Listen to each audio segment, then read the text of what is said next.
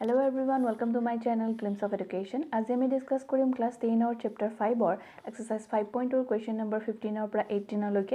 Moi yar agor video kita etu chapter important topic or logote exercise 5.1 or exercise 5.2 question bur already discuss korisu. Apnaloke jodi video kita swa nai tente moi tar link description box ot di dim নহলে ওপৰত থকা এই I button to click কৰি আপোনালোকে video কেটা চাই লব পাৰে তেন্তে আহকচোন আজি ভিডিওটো স্টাৰ্ট কৰো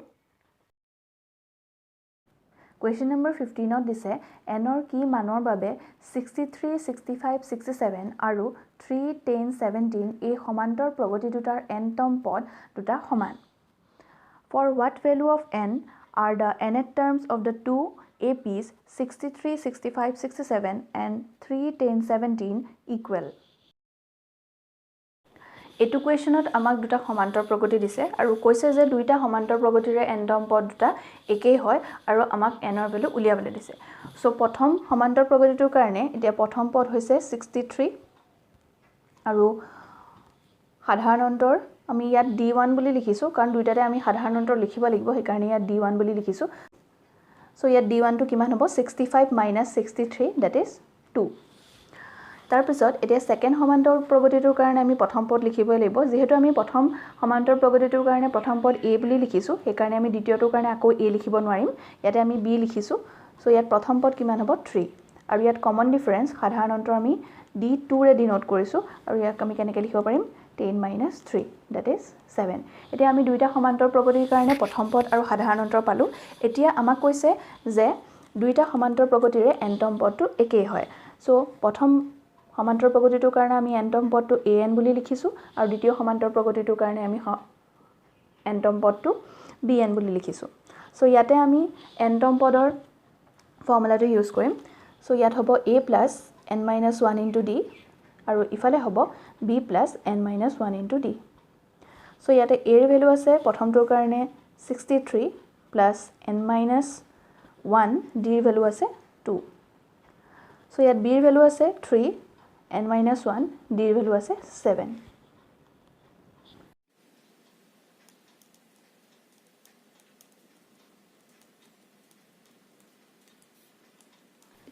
ইফালে হৈছে 2n + 61 আৰু ইফালে হ'ব 7n - 4 সো 2n 7n টো যদি আমি ইফালে ট্ৰান্সফাৰ কৰিব -7n ইয়াত হ'ব -4 আৰু ইফালে এটো ট্ৰান্সফাৰ কৰিলে হ'ব -61 সো এটুটাক যদি আমি মাইনাস কৰো এটো হ'ব -5n আৰু এটো হ'ব -65 সো n ৰ ভ্যালুটো আমি কেনেকৈ পাম -65 ডিভাইডেড বাই -5 সো মাইনাস মাইনাস ক্যান্সেল যাব আৰু পাছৰে আমি যদি 65 ক ডিভাইড কৰো তেতিয়া হ'ব 13 সো আমি এতিয়া n ৰ ভ্যালু পালো 13 Question number 16 ত দিছে এটা সমান্তৰ প্ৰগতিৰ তৃতীয় পদটো 16 আৰু সপ্তম পদটো পঞ্চম পদটোতকৈ 12 ডাঙৰ সমান্তৰ প্ৰগতিটো নিৰ্ণয় কৰা Determine the AP whose third term is 16 and the seventh term exceeds the fifth term by 12 এটু কোৱেশ্যনত আমাক দুটা কন্ডিশন দিছে আৰু সেই কন্ডিশন দুটা ইউজ কৰি পেলাই আমাক সমান্তৰ প্ৰগতিটো নিৰ্ণয় কৰিবলৈ দিছে আমি সেই কাৰণে প্ৰথমতে সমান্তৰ প্ৰগতিটোৰ প্ৰথম পদ আৰু সাধাৰণ অন্তৰটো এজিউম কৰি ল'ব লাগিব এই কাৰণে আমি লিখিছো ধৰা হল সমান্তৰ প্ৰগতিটোৰ প্ৰথম পদ আৰু সাধাৰণ অন্তৰ ক্ৰমে a আৰু d let a and d be the first term and the common difference of the ap respectively তাৰ পিছত আমাক কোৱেশ্যনটো দিছে যে সমান্তৰ প্ৰগতিটোৰ তৃতীয় পদটো হৈছে 16 সো ইয়াতে আমি nth টাৰ্মৰ ফৰ্মুলাটো ইউজ কৰিব পাৰিম a + 3 - 1 * d = 16 সো এটুক আমি দিছো ইকুৱেশ্যন নম্বৰ 1 তাৰ পিছত আমাক দিছে যে সপ্তম পদটো পঞ্চম পদতকৈ 12 ডাঙৰ সো আমি সপ্তম পদটো কেনেকৈ লিখিব পাৰো a7 তাৰ পিছত সপ্তম পদটো পঞ্চম পদতকৈ 12 ডাঙৰ হলে আমি লিখিব লাগিব ইয়াত পঞ্চম পদ a5 প্লাস যেহেতু ডাঙৰ বুলি দিছে এই কাৰণে আমি প্লাস কৰিম = +12 সো ইয়াত আমি কি পালো যে a7 = a5 + 12 সো a7 ৰ জায়গাত আমি nth টাৰ্মৰ ফৰ্মুলাটো ইউজ কৰিব পাৰো a + 7 - 1 * d আৰু a5 ৰ জায়গাটো আমি nth টাৰ্মৰ ফৰ্মুলাটো ইউজ কৰিব পাৰিম সো a + 5 - 1 * d সো 12 টো একেদৰে থাকি যাব ইয়াত সো ইয়াত হ'ব a + 6d = a + 4d + 12 so দুইফালে a আছে আমি ক্যান্সেল কৰিব পাৰিম সো 4d তো এফালে ট্ৰান্সফাৰ কৰিলে -4d হ'ব 6d - 4d = twice d হ'ব সো twice d = আমি কিমান পালো 12 সো d এর ভ্যালুটো কিমান হ'ব 2 to ইয়াত মাল্টিপ্লাই হৈ আছে ইফালে ট্ৰান্সফাৰ কৰিলে আমি ডিভাইড কৰিম সো 12 / 2 is 6 সো আমি d এর ভ্যালুটো পালো 6 এই d এর ভ্যালুটো যদি আমি 8 পাতি দিও তেতিয়া আমি কি পাম যে a এর ভ্যালুটো পাম সো 8 আমি পাতি দিছো সো a + 2 * d আছিল d এর ভ্যালু আছে 6 সো ইয়াত হ'ব a + 12 = 16 সো a এর ভ্যালুটো আমি কিমান পাম 16 - 12 = 4 সো a এর ভ্যালু পালো আমি 4 আৰু d এৰ ভ্যালু পালো 6 সো এতিয়া আমি সমান্তৰ প্ৰগতিটো লিখিব পাৰিম প্ৰথম পদ যেহেতু 4 আছে তা ফাৰ্স্ট টাৰ্মটো 4 হ'ব তাৰ পিছত এতিয়া সেকেন্ড টাৰ্মটো পাবৰ কাৰণে আমি কি কৰিব লাগিব ইয়াৰ লগত সাধাৰণ অন্তৰটো যোগ কৰিব লাগিব 6 + 4 = 10 নেক্সট আকৌ আমি সাধাৰণ অন্তৰটো যোগ কৰিম সো 16 হ'ব তাৰ পিছত আকৌ যোগ কৰিলে 22 হ'ব এনেদৰে আমি সমান্তৰ প্ৰগতিটো পাব পাৰো Question number 17 দিছে 3 8 13 253 এই সমান্তৰ প্ৰগতিটোৰ শেষৰ ফালৰ পৰা 20 তম পদটো নিৰ্ণয় কৰা find the 20th term from the last term of the AP 3 8 13 253 এটো কোৱেশ্যনত আমাক এটা সমান্তৰ প্ৰগতি দিছে আৰু এই সমান্তৰ প্ৰগতিটোৰ শেষৰ ফালৰ পৰা 20 তম পদটো উলিয়াবলৈ কৈছে সো এই সমান্তৰ প্ৰগতিটোৰ এতিয়া প্ৰথম পদ হ'ব 3 আৰু কমন ডিফাৰেন্স হ'ব 8 - 3 = 5 ইয়াত আমাৰ শেষৰ পদটো দিছে 253 অৰ্থাৎ আমি লিখিব পাৰিম l = l ইয়াত লাষ্ট টাৰ্ম বুজাইছে l = 253 সো ইয়াত আমি nth টাৰ্মৰ ফৰ্মুলাটো ইউজ কৰিব পাৰিম a + n - 1 * d = 253 so a এর ভ্যালু আছে 3 n - 1 d এর ভ্যালু আছে 5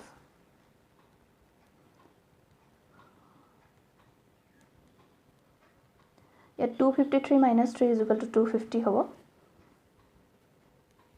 সো n - 1 এর ভ্যালু কিমান হ'ব 250 ক আমি 5 এৰে ডিভাইড কৰিলে পাম 50 সো n এর ভ্যালু পাম আমি 51 ইয়াতে এতিয়া n এর ভ্যালু 51 আছে সো আমাক এতিয়া উলিয়াব দিছে যে 20 তম পদটো শেষৰ ফালৰ পৰা 20 তম পদটো উলিয়াব দিছে সো আমি এটা প্ৰথমতে জানিব লাগিব যেটো পদ শেষৰ ফালৰ পৰা 20 নম্বৰ হয় হেতু প্ৰথমৰ ফালৰ পৰা কে নম্বৰ হ'ব সো তাৰ কাৰণে হেতু সহজে বুজিবৰ কাৰণে মই এটা এক্সাম্পল দিছো ইয়াত সো আমাক ইয়াত টোটাল লেটাৰ 5টা দিছে আৰু ইয়াত দিছে যে ডি লেটাৰটো শেষৰ ফালৰ পৰা 2 নম্বৰত আছে এতিয়া আমি প্ৰথমৰ ফালৰ পৰা ডি লেটাৰটো কে নম্বৰত আছে হেতু উলিয়াম সো ইয়াত যদি আমি চাও যে প্ৰথমৰ ফালৰ পৰা এটো কে নম্বৰত আছে 4 নম্বৰত আছে সো যেহেতু ইয়াত কম নম্বৰ আছে হে কাৰণে আমি লিখি পেলাই গম পাইছো যে এটো 4 নম্বৰত আছে বুলি কিন্তু যত বহুত নম্বৰ থাকিব তাত আমি এনেকে লিখি চাব নোৱাৰো যে প্ৰথমৰ পৰা কে নম্বৰ হ'ব সো ইয়াত যদি আমি চাও যে কিবা ফৰ্মুলা ইউজ কৰি আমি এটো বস্তু উলিয়াব পাৰিম নেকি সো এতিয়া ইয়াত টোটাল টাৰ্ম আছে 5 সো আমাক দিছিলে যে শেষৰ ফালৰ পৰা ইয়াত ডি লেটাৰটো সেকেন্ড টাৰ্মত আছে সো 5 - 2 is 3 হল 5 - 2 কৰাৰ পিছত আমি যদি ইয়াৰ লগত 1 এটা এড কৰো তেতিয়া এটো কিমান হ'ব 4 অৰ্থাৎ আমাক যদি যিমানটা লেটাৰ দিয়ে বা যিমানটা নম্বৰ দিয়ে হেতুৰ পৰা যদি আমি শেষৰ ফালৰ পৰা সেই নম্বৰটো কিমান টাৰ্ম হয় হেতু মাইনাস কৰি তাৰ লগত এড কৰো তেতিয়া আমি গম পাম যে সেই শেষৰ ফালৰ পৰা যোনটো দিয়া আছে নম্বৰ হেতু প্ৰথমৰ ফালৰ পৰা কে নম্বৰত থাকিব ঠিক আছে ইয়াত যেনেকৈ 5 - 2 = 3 হোৱাৰ পাছত 1 এড কৰোতে 4 হৈছে তেনেকৈ আমি গম পাম যে যেটো নম্বৰ শেষৰ ফালৰ পৰা 20 নম্বৰত আছে 20 স্থানত আছে হেতু প্ৰথমৰ পৰা কে নম্বৰ থাকিব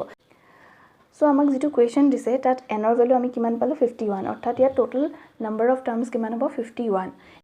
সো এতিয়া আমি যদি এই 51 ৰ পৰা 20 টো মাইনাস কৰো এটা কিমান হ'ব 31 আৰু তাৰ লগত যদি 1 এড কৰো তেতিয়া টোটাল কিমান হ'ব 32 সো এই 32 এ কি বুজাইছে যে যেটো টাৰ্ম আমি শেষৰ ফালৰ পৰা 20 নম্বৰত পাইছিলো হেতু টাৰ্ম আমি প্ৰথমৰ পৰা যদি চাও তেতিয়া হেতু 32 টাৰ্মত থাকিব ঠিক আছে সো এতিয়া আমি a 32 উলিয়াব লাগিব সো a 32 আমি কেনেকৈ উলিয়াব পাৰিম a + n - 1 * d so a এর ভ্যালু আছিল 3 n - 1 * d এর ভ্যালু আছিল 5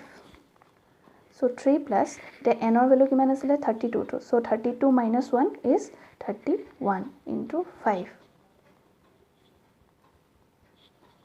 158 সো আমি পালো যে 32 টাৰ্ম টু 158 অৰ্থাৎ আমি এটো ক'ব পাৰো যে যেটো টাৰ্ম শেষৰ ফালৰ পৰা 20 নম্বৰ হয় হেতু প্ৰথমৰ পৰা 32 নম্বৰ হয় আৰু হে নাম্বাৰটো হ'ব 158 সো শেষত আমি এনেদৰে লিখিব পাৰো এটাকে শেষৰ ফালৰ পৰা 20তম পদটো 158 therefore 20th term from the last is equal to 158 Question number 18 দিছে এটা সমান্তৰ প্ৰগতিৰ চতুৰ্থ আৰু অষ্টম পদ দুটাৰ যোগফল 24 আৰু ষষ্ঠ আৰু দশম পদ দুটাৰ যোগফল 44 সমান্তৰ প্ৰগতিটোৰ প্ৰথম তিনিটা পদ নিৰ্ণয় কৰা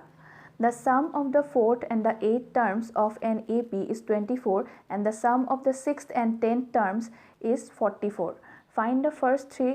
terms of the AP. So, এইটো কুৱেশ্যনত দুটা কণ্ডিশ্যন দিছে আৰু সেই কণ্ডিশ্যন দুটা ইউজ কৰি পেলাই আমাৰ সমান্তৰ প্ৰগতিটোৰ প্ৰথম তিনিটা পদ উলিয়াবলৈ দিছে সো ইয়াতো আমি সাধাৰণ অন্তৰ আৰু প্ৰথম পদটো এজিউম কৰি লৈছোঁ সো ইয়াত আমি লিখিছোঁ ধৰা হ'ল সমান্তৰ প্ৰগতিটোৰ প্ৰথম পদ আৰু সাধাৰণ অন্তৰ ক্ৰমে A আৰু D Let A and D be the first term and common difference of the AP respectively. So, ইয়াতে প্ৰথম কণ্ডিশ্যনটো দিছে যে সমান্তৰ প্ৰগতিটোৰ চতুৰ্থ পদ আৰু অষ্টম পদ দুটাৰ যোগফল 24 সো আমি জানো যে আমি চতুৰ্থ পদটো কেনেকৈ লিখোঁ A4 আৰু তাৰ লগত আমাক কি যোগ কৰিবলৈ দিছে অষ্টম পদটো A8 দুইটাৰে যোগফল আমাক কিমান কৈছে 24 সো ইয়াতে আমি A4 ৰ ঠাইত এন টাৰ্মৰ ফৰ্মুলাটো ইউজ কৰি পেলাই লিখিব পাৰিম A plus 4 minus 1 into D plus A8 ৰ ঠাইত লিখিব পাৰিম A plus 8 minus 1 into D is equal to 24 So, A plus A twice A, ইয়াত হ'ব 4 minus 1 thrice D, ইয়াত হ'ব 8 minus 1 7D is equal to 24. So, ইয়াত হ'ব twice A plus 10D is equal to 24. So, ইয়াতে আমি 2 common ল'ম, 2 common ল'লে হ'ব A plus, ইয়াৰ পৰা যদি আমি 2 common ল'ম ইয়াত 5 থাকিব. So, এতিয়া এই 2 ইয়াত multiply হৈছে, so ইফালে গ'লে divide হ'ব. So, 24 divided by 2 is 12. So, আমি প্ৰথম ইকুৱেশ্যনটো পালোঁ A plus 5D is equal to 12. So, next conditionটো দিছে ষষ্ঠ আৰু দশম পদ দুটাৰ যোগফল 44. So, 6 টাৰ্মটো আমি কেনেকৈ লিখোঁ A6 বুলি আৰু তাৰপিছত আছে দশম পদ. So, দশম পদটো আমি কেনেকৈ লিখিম A10. So, দুইটাৰে যোগফল কিমান বুলি কৈছে 44. So, ইয়াতো আমি এন টাৰ্মৰ ফৰ্মুলাটো ইউজ কৰিব পাৰোঁ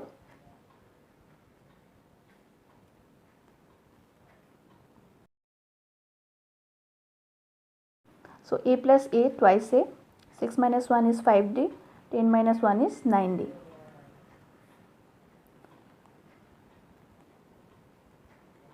So, আগৰ ইকুৱেশ্যনটোৰ দৰে ইয়াতো আমি 2 কমন ল'ম So, A plus 7D 44ক 2ৰে ডিভাইড কৰিলে হ'ব 22 So, ইয়াত আমি এটোক সেকেন্ড ইকুৱেশ্যন নম্বৰ দিম এতিয়া আমি এই ফাৰ্স্ট ইকুৱেশ্যনটো আৰু সেকেন্ড ইকুৱেশ্যনটো সলভ কৰি A আৰু D ৰ ভ্যালু উলিয়াব লাগিব সো আমি এটা সেকেন্ড ইকুৱেশ্যনটোৰ পৰা ফাৰ্স্ট ইকুৱেশ্যনটো মাইনাস কৰিম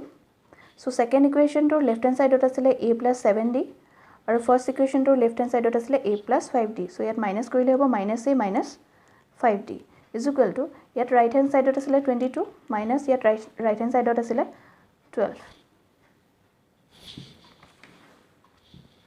So, A or minus cancel যাব 7D minus 5D is equal to twice D 22 minus 12 is 10 So, আমি D ৰ ভ্যালু পালো 10 by 2 is equal to 5 So, A D ৰ ভ্যালুটো আমি ফাৰ্স্ট ইকুৱেশ্যনটোত পাতিম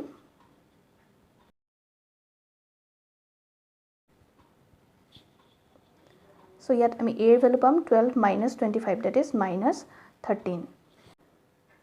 আমাক সমান্তৰ প্ৰগতিটোৰ তিনিটা পদ লিখিবলৈ দিছিলে আমি ইয়াত A ৰ ভ্যালু পালো -13 সো প্ৰথম পদ হ'ব -13 এটা সেকেন্ড পদটো পাবৰ কাৰণে আমি -13 ৰ লগত কমন ডিফাৰেন্স D2 প্লাস কৰিব লাগিব সো -13 + 5 -8 সো থাৰ্ড টাৰ্মটো পাবৰ কাৰণে আমি -8 ৰ লগত 5 টো প্লাস কৰিব লাগিব সো এটো কিমান হ'ব -3 সো আমি টাৰ্মস কেইটা কিমান পালো -13 -8 আৰু -3